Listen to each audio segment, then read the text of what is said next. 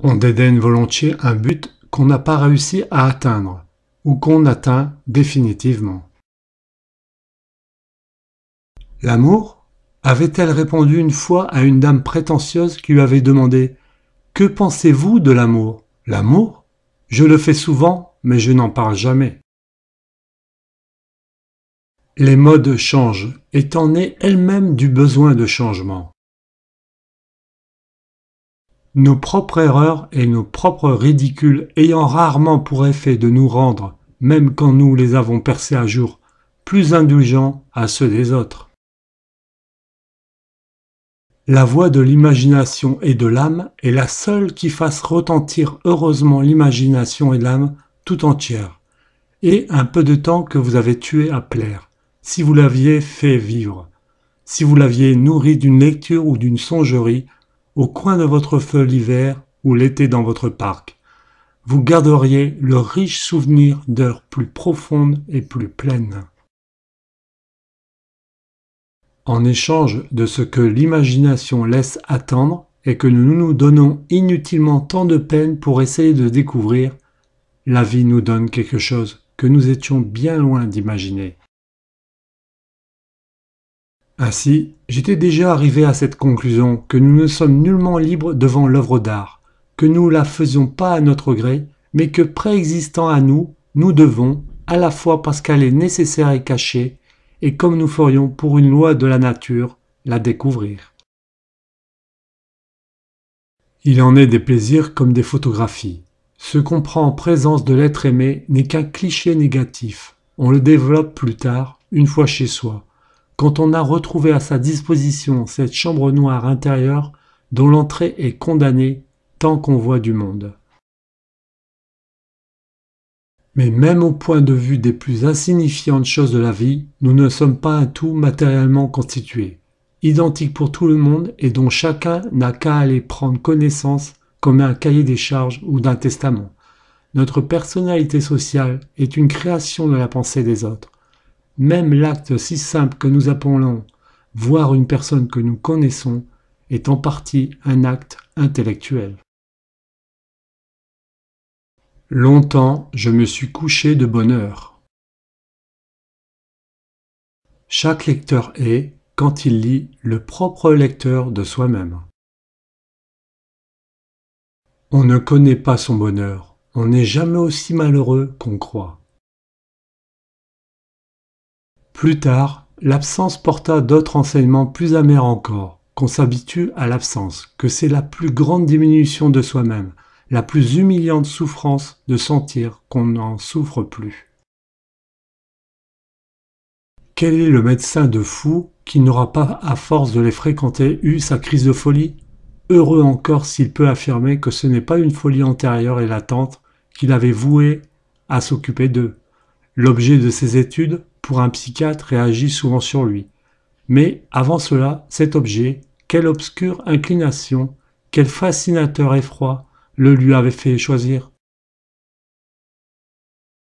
Être dur et fourbe envers ceux qu'on aime est si naturel. Si l'intérêt que nous témoignons aux autres ne nous empêche pas d'être doux avec eux et complaisants à ce qu'ils désirent, c'est que cet intérêt est mensonger. Autrui nous est indifférent et l'indifférence n'invite pas à la méchanceté. Nous travaillons à tout moment à donner sa forme à notre vie, mais en copiant malgré nous comme un dessin les traits de la personne que nous sommes et non de celle qui nous serait agréable d'être. Les gens du monde se représentent volontiers les livres comme une espèce de cube dont une face est enlevée, si bien que l'auteur se dépêche de faire entrer dedans les personnes qu'il rencontre. L'amour, c'est l'espace et le temps rendus sensibles au cœur. La vraie beauté est si particulière, si nouvelle, qu'on ne la reconnaît pas pour la beauté. Les querelles qui fortifient un amour naissant avancent la fin d'un amour qui a beaucoup duré, comme ces maladies d'où les jeunes gens sortent plus vigoureux, mais auxquelles succombent les vieillards. À partir d'un certain âge, nos souvenirs sont tellement entrecroisés les uns avec les autres que la chose à laquelle on pense, le livre qu'on lit n'a presque plus d'importance. On a mis de soi-même partout, tout est fécond, tout est dangereux, et on peut faire d'aussi précieuses découvertes que dans les pensées de Pascal, dans une réclame pour un savon. Ce livre essentiel, le seul livre vrai, un grand écrivain n'a pas, dans le sens courant, à l'inventer, puisqu'il existe déjà en chacun de nous, mais à le traduire. Le devoir et la tâche de l'écrivain sont ceux d'un traducteur. Les intérêts de notre vie sont si multiples qu'il n'est pas rare que dans une même circonstance, les jalons d'un bonheur qui n'existe pas encore soient posés à côté de l'aggravation d'un chagrin dont nous souffrons. Je vis les arbres s'éloigner en agitant leurs bras désespérés, semblant me dire « Ce que tu n'apprends pas de nous aujourd'hui, tu ne le sauras jamais. Si tu nous laisses retomber au fond de ce chemin d'où nous cherchons à nous hisser jusqu'à toi, toute une partie de toi-même que nous t'apportions tombera pour jamais au néant. » Si mes parents m'avaient permis, quand je lisais un livre, d'aller visiter la région qu'ils décrivaient, j'aurais cru faire un pas inestimable dans la conquête de la vérité. Ce n'est pas parce que les autres sont morts que notre affection pour eux s'affaiblit, c'est parce que nous mourons nous-mêmes. En amour, il est plus facile de renoncer à un sentiment que de perdre une habitude. La maladie est le plus écouté des médecins. À la bonté, au savoir, on ne fait que promettre. On obéit à la souffrance. L'impression est pour l'écrivain ce qu'est l'expérimentation pour le savant, avec cette différence que chez le savant, le travail de l'intelligence précède et chez l'écrivain vient après. Après le suicide de ma pensée, on admirait mon intelligence. On raffolait de mon esprit. Il est doux à tout âge de se laisser guider par la fantaisie. Il retrouva tout ce qui, de ce bonheur perdu, avait fixé à jamais la spécifique et volatile essence. Un milieu élégant est celui où l'opinion de chacun est faite de l'opinion des autres. Est-elle faite du contre-pied de l'opinion des autres? C'est un milieu littéraire. Jusque-là, parce que je n'avais pas compris, je n'avais pas vu. Les êtres nous sont d'habitude si indifférents que, quand nous avons mis dans l'un d'eux de telles possibilités de souffrance et de joie pour nous, il nous semble appartenir à un autre univers. Il s'entoure de poésie, il fait de notre vie comme une étendue émouvante où il sera plus ou moins rapproché de nous. Mais à l'oreille d'un musicien, deux motifs, matériellement composés de plusieurs des mêmes notes, peuvent ne présenter aucune ressemblance, s'ils diffèrent par la couleur de l'harmonie et de l'orchestration. Car tant que notre cœur enferme d'une façon permanente l'image d'un autre être, ce n'est pas seulement notre bonheur qui peut à tout moment être détruit. Quand ce bonheur est évanoui, quand nous avons souffert, puis que nous avons réussi à endormir notre souffrance, ce qui est aussi trompeur et précaire qu'avait été le bonheur même, c'est le calme. Les lieux que nous avons connus n'appartiennent pas qu'au monde de l'espace, où nous les situons pour plus de facilité. Ils n'étaient qu'une mince tranche au milieu d'impressions contiguës qui formaient notre vie d'alors. Le souvenir d'une certaine image n'est que le regret d'un certain instant. Et les maisons, les routes, les avenues sont fugitives, hélas, comme les années. Tâchez de garder toujours un morceau de ciel au-dessus de votre vie. Il n'y a plus de société, plus de règles, plus de convenances, pas plus pour la conversation que pour la toilette. Ah, mon cher, c'est la fin du monde. Tout le monde est si méchant. C'est à qui dira le plus mal des autres. C'est une horreur.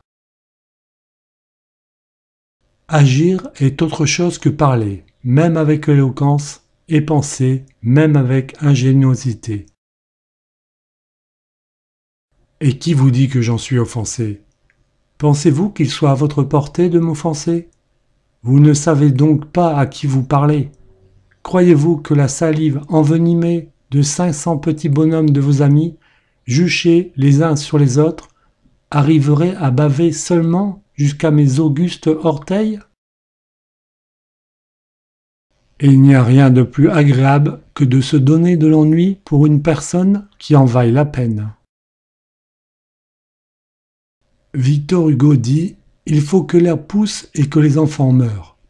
Moi je dis que la loi cruelle de l'art est que les êtres meurent et que nous-mêmes mourions en épuisant toutes les souffrances, pour que pousse l'herbe non de l'oubli, mais de la vie éternelle, l'herbe de rue des œuvres fécondes, sur laquelle les générations viendront faire gaiement, sans souci, de ceux qui dorment en dessous, leur déjeuner sur l'herbe.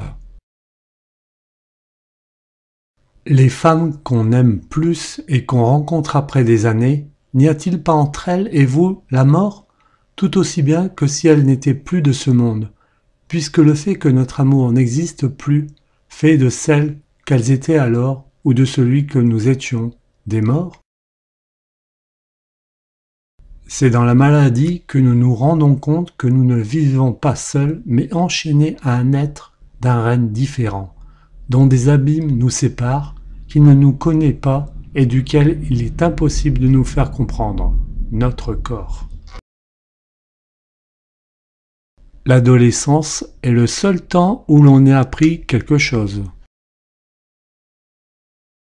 Il n'est peut-être rien qui donne plus l'impression de la réalité de ce qui nous est extérieur, que le changement de la position par rapport à nous d'une personne même insignifiante avant que nous l'ayons connue et après. Et avoir un corps, c'est la grande menace pour l'esprit. La vie humaine est pensante, dont il faut sans doute moins dire qu'elle est un miraculeux perfectionnement de la vie animale et physique, mais plutôt qu'elle est une imperfection. Le corps enferme l'esprit dans une forteresse. Bientôt la forteresse est assiégée de toutes parts, et il faut à la fin que l'esprit se rende. Les idées sont des succédanées des chagrins. Au moment où ceux-ci se changent en idées, ils perdent une partie de leur action nocive sur notre cœur, et même au premier instant, la transformation elle-même dégage subitement de la joie. Pour souffrir vraiment pour une femme, il faut avoir cru complètement en elle. On devient moral dès qu'on est malheureux. Ce qui est cause d'une œuvre de génie est difficilement admiré tout de suite. C'est que celui qui l'a écrite est extraordinaire, que peu de gens lui ressemblent. C'est son œuvre elle-même qui, en fécondant les rares esprits capables de le comprendre, les fera croître et multiplier. Comme la souffrance va plus loin en psychologie que la psychologie. Les paroles d'André ne me faisaient pas assez mal pour qu'il ne me fût pas indispensable de les juger immédiatement mensongères. Celui qui veut entretenir en soi le désir de continuer à vivre et la croyance en quelque chose de plus délicieux que les choses habituelles doit se promener, car les rues, les avenues sont pleines de déesses, mais les déesses ne se laissent pas approcher. D'ailleurs, la nature, par tous les sentiments qu'elle éveillait en moi, me semblait ce qu'il y avait de plus opposé aux productions mécaniques des hommes. Moins elles portaient leur empreinte et plus elles offraient d'espace à l'expansion de mon cœur. Mais la vision la plus belle qui nous reste d'une œuvre est souvent celle qui s'éleva au-dessus des sons faux tirés par des doigts malhabiles d'un piano désaccordé. Car l'homme est cet être sans âge fixe, cet être qui a la faculté de redevenir en quelques secondes de beaucoup d'années plus jeune, et qui, entouré des parois du temps où il a vécu, y flotte, mais comme dans un bassin dont le niveau changerait constamment et le mettrait à la portée tantôt d'une époque, tantôt d'une autre. La sagesse des gens non amoureux, qui trouvent qu'un homme d'esprit ne devrait être malheureux que pour une personne qui en valut la peine.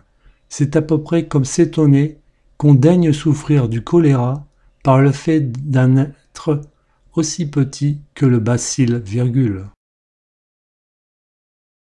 Comme on sait peu ce qu'on a dans le cœur.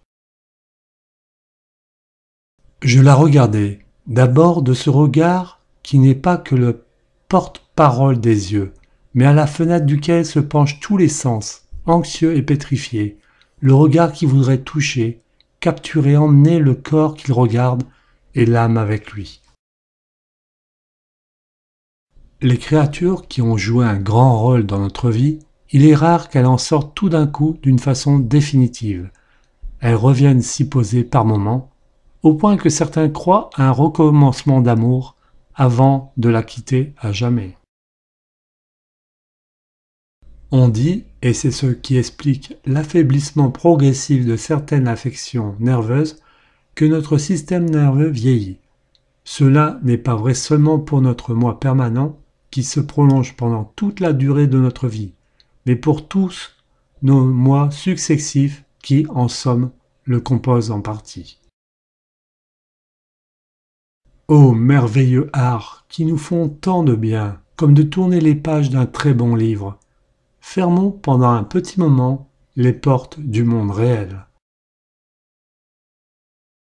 Pour elle, la distraction était quelque chose d'absolument indépendant du rang social. Je veux bien qu'on lui donne du bonheur, je veux bien qu'on lui donne de l'amour, mais je ne veux pas qu'on lui donne du plaisir. Je suis jaloux du plaisir de l'autre, de son plaisir à elle. Comment toute cette eau fraîche de souvenirs a-t-elle pu jaillir encore une fois et couler dans mon âme impure d'aujourd'hui sans s'y souiller? L'autoportrait, la fanfaronnade d'un vieillard qui ne se prend pas au sérieux. Ce n'est pas que l'éducation des enfants, c'est celle des poètes qui se fait à coups de gifles. Les navettes agiles des années tissent des fils entre ceux de nos souvenirs qui semblaient d'abord les plus indépendants. La pensée et la vie nous sont comme administrées par Dieu comme antidote l'une de l'autre. Les plaisirs de la pensée nous adoucissent les chagrins de la vie, et les plaisirs de la vie corrigent ce qu'il y a de trop rude dans les chagrins de la pensée. Certains souvenirs sont comme des amis communs. Ils savent faire des réconciliations. Les vrais livres doivent être les enfants non du grand jour et de la causerie, mais de l'obscurité et du silence. Le monde n'est pas créé une fois pour toutes pour chacun de nous. Il s'y ajoute au cours de la vie des choses que nous ne nous soupçonnions pas. Mais c'est quelquefois au moment où tout nous semble perdu que l'avertissement arrive qui peut nous sauver. On a frappé à toutes les portes qui ne donnent sur rien, et la seule par où on peut entrer, et qu'on aurait recherché en vain pendant 100 ans, on y heurte sans le savoir, et elle s'ouvre. Car il y a dans ce monde où tout s'use, où tout périt, une chose qui tombe en ruine, qui se détruit encore plus complètement, en laissant encore moins de vestiges que la beauté, c'est le chagrin.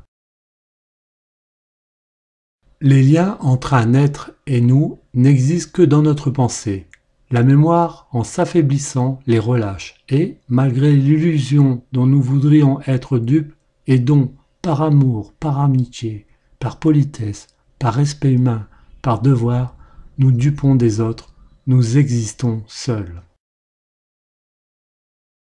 Le plagiat humain auquel il est le plus difficile d'échapper pour les individus et même pour les peuples qui persévèrent dans leurs fautes et vont les aggravant, c'est le plagiat de soi-même. Il ne faut pas ne redouter dans l'amour, comme dans la vie habituelle, que l'avenir, mais même le passé, qui ne se réalise pour nous souvent qu'après l'avenir. Et nous ne parlons pas seulement du passé que nous apprenons après coup, mais de celui que nous avons conservé depuis longtemps en nous et que tout d'un coup nous apprenons à lire. Au-dessus du regard souriant d'une jeune fille, Qu'y a-t-il de plus beau que cette couronne bouclée de violettes noires? Le sourire propose plus d'amitié, mais les petits crochets vernis des cheveux en fleurs, plus parents de la chair dont il semble la transposition en vaguelettes, attrapent davantage le désir. Il est très rare qu'un bonheur vienne se poser précisément sur le désir qui l'avait appelé. Jadis, les valets de chambre du roi étaient recrutés parmi les grands seigneurs. Maintenant, les grands seigneurs ne sont guère plus que des valets de chambre. Chercher? Pas seulement, créer. Il est en face de quelque chose qui n'est pas encore et que seul il peut réaliser, puis faire entrer dans sa lumière. On pardonne les crimes individuels, mais non la participation à un crime collectif. Moi qui connaissais à cette époque plus de livres que de gens, et mieux la littérature que le monde. Mon passé ne projetait plus devant moi cette ombre de lui-même que nous appelons notre avenir.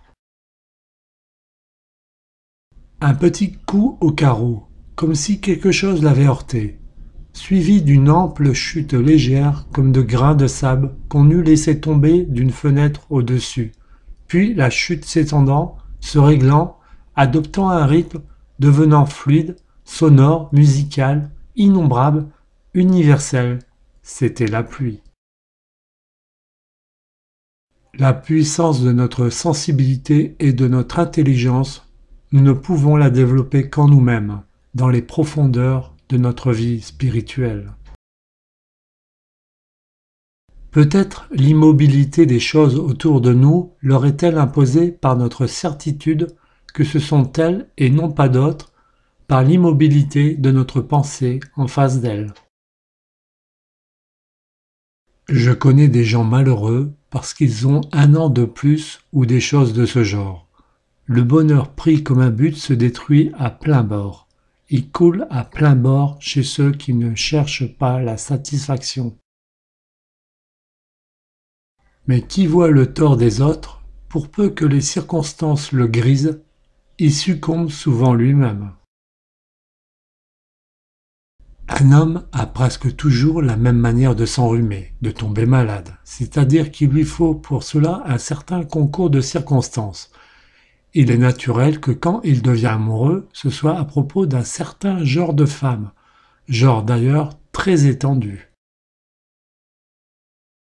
Certes, il y a dans ma maison toutes les choses inutiles, il n'y manque que le nécessaire, un grand morceau de ciel comme ici. Tâchez de garder toujours un morceau de ciel au-dessus de votre vie, petit garçon. On a dit que la beauté est une promesse du bonheur.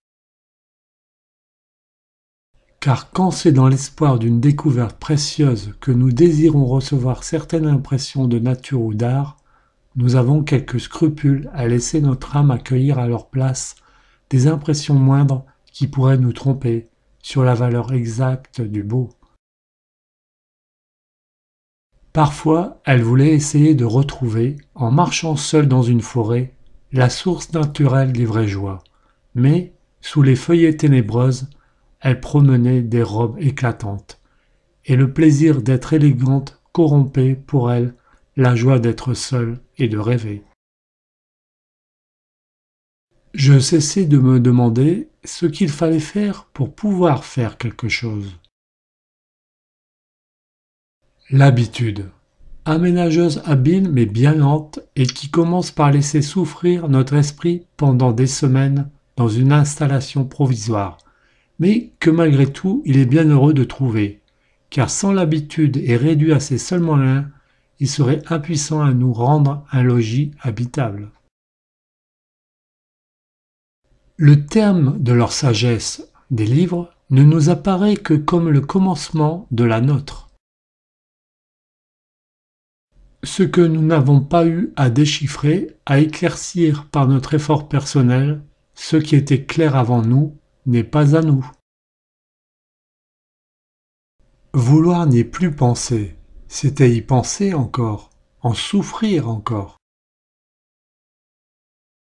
La flatterie n'est parfois que l'épanchement de la tendresse et la franchise, la bave de la mauvaise humeur.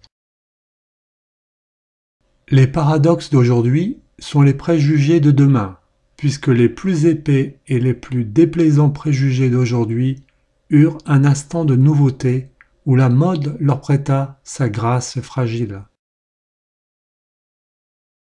Je tâcherai, quand je sentirai mon cœur se détacher d'elle, de le retenir si doucement qu'elle ne le sentira même pas. L'exigence du libertin qui veut une virginité est encore une forme de l'éternel hommage que rend l'amour à l'innocence. Les fleurs tardives que la joie fit éclore dans mon cœur, que je croyais à jamais stériles, portèrent des fruits. Quand l'amour finit, l'habitude avait pris sa place et il ne manquait pas de jeunes gens immoraux pour l'exploiter. Complices de mes fautes, ils s'en faisaient aussi les apologistes en face de ma conscience. Je sentais qu'une partie de la vie d'Albertine m'échappait. L'amour dans l'anxiété douloureuse comme dans le désir heureux est l'exigence d'un tout. Il ne naît, il ne subsiste que si une partie reste à conquérir. On n'aime que ce que l'on ne possède pas tout entier. Imprégné comme tout ce qui l'entourait de son charme, excitait en moi autant d'amour qu'elle-même un trouble plus douloureux et enfin ce sentiment de vénération que nous vouons toujours à ceux qui exercent sans frein la puissance de nous faire du mal. Si nous pouvons désirer que les actions d'une personne qui nous a peinés jusqu'ici n'aient pas été sincères, il y a dans leur suite une clarté contre quoi notre désir ne peut rien et à laquelle, plutôt qu'à lui, l'ordre nouveau, nous devons demander quelles seront ses actions de demain. Ce qui pour nous fait le bonheur ou le malheur de notre vie constitue pour tout autre un fait presque imperceptible. Elle ne connaissait pas encore l'amour. Peu de temps après, elle en souffrit, ce qui est la seule manière dont on apprenne à le connaître. Je pouvais prendre sa tête, la renverser, la poser contre mes lèvres, entourer mon cou de ses bras. Elle continuait à dormir comme une montre qui ne s'arrête pas, comme une bête qui continue de vivre, quelque position qu'on lui donne, comme une plante grimpante, un volubilis qui continue de pousser ses branches, quelque appui qu'on lui donne. Chaque soir, fort tard, avant de me quitter, elle glissait dans ma bouche sa langue, comme un pain quotidien, comme un aliment nourrissant ayant le caractère presque sacré de toute chair à qui les souffrances que nous avons endurées à cause d'elle ont fini par conférer une sorte de douceur morale. Il n'avait aucune hésitation sur l'opportunité du smoking ou du pyjama, mais ne se doutait pas du cas où on peut ou non employer tel mot, même des règles les plus simples du français. J'ai beaucoup aimé la vie, j'ai beaucoup aimé les arts. Maintenant, tous ces trésors anciens me semblent très précieux. Je m'ouvre mon cœur à mon moi-même comme une espèce de vitrine et je regarde un à un tous ces amours que les autres n'auront pas eus. Et je me dis que ce sera bien embêtant de devoir quitter tout ça. Nous ne sommes tous, nous les vivants, que des morts qui ne sont pas encore entrés en fonction. Mon petit coquillage, mon petit arbre, et il ne put s'empêcher de rire en prononçant ces mots qui s'étaient si vite faits à leur usage, ces petits mots qui peuvent sembler vides et qu'ils emplissaient d'un sens infini. Quand, fatigué de la sonate, qui était un univers épuisé pour moi, j'ai essayé d'en imaginer d'autres aussi beaux mais différents. Je faisais seulement comme ces poètes qui remplissent leur prétendu paradis de prairies, de fleurs, de rivières, qui font double emploi avec celle de la terre. Comment a-t-on le courage de souhaiter vivre comment peut-on faire un mouvement pour se préserver de la mort dans un monde où l'amour n'est provoqué que par le mensonge et consiste seulement dans notre besoin de voir nos souffrances apaisées par l'être qui nous a fait souffrir. Le dessèchement des tiges les avait incurvées en un capricieux treillage dans les entrelacs duquel s'ouvraient les fleurs pâles, comme si un peintre les eût arrangées, les eût fait poser de la façon la plus ornementale. Comme il n'est de connaissance, on peut presque dire qu'il n'est de jalousie que de soi-même. L'observation compte peu. Ce n'est que du plaisir ressenti par soi-même qu'on peut tirer savoir et douleur. Il semble que dans la vie mondaine, reflet insignifiant de ce qui se passe en amour, la meilleure manière qu'on vous recherche, c'est de se refuser. La nature ne me semble guère capable de donner que des maladies assez courtes. Mais la médecine s'est annexé l'art de les prolonger.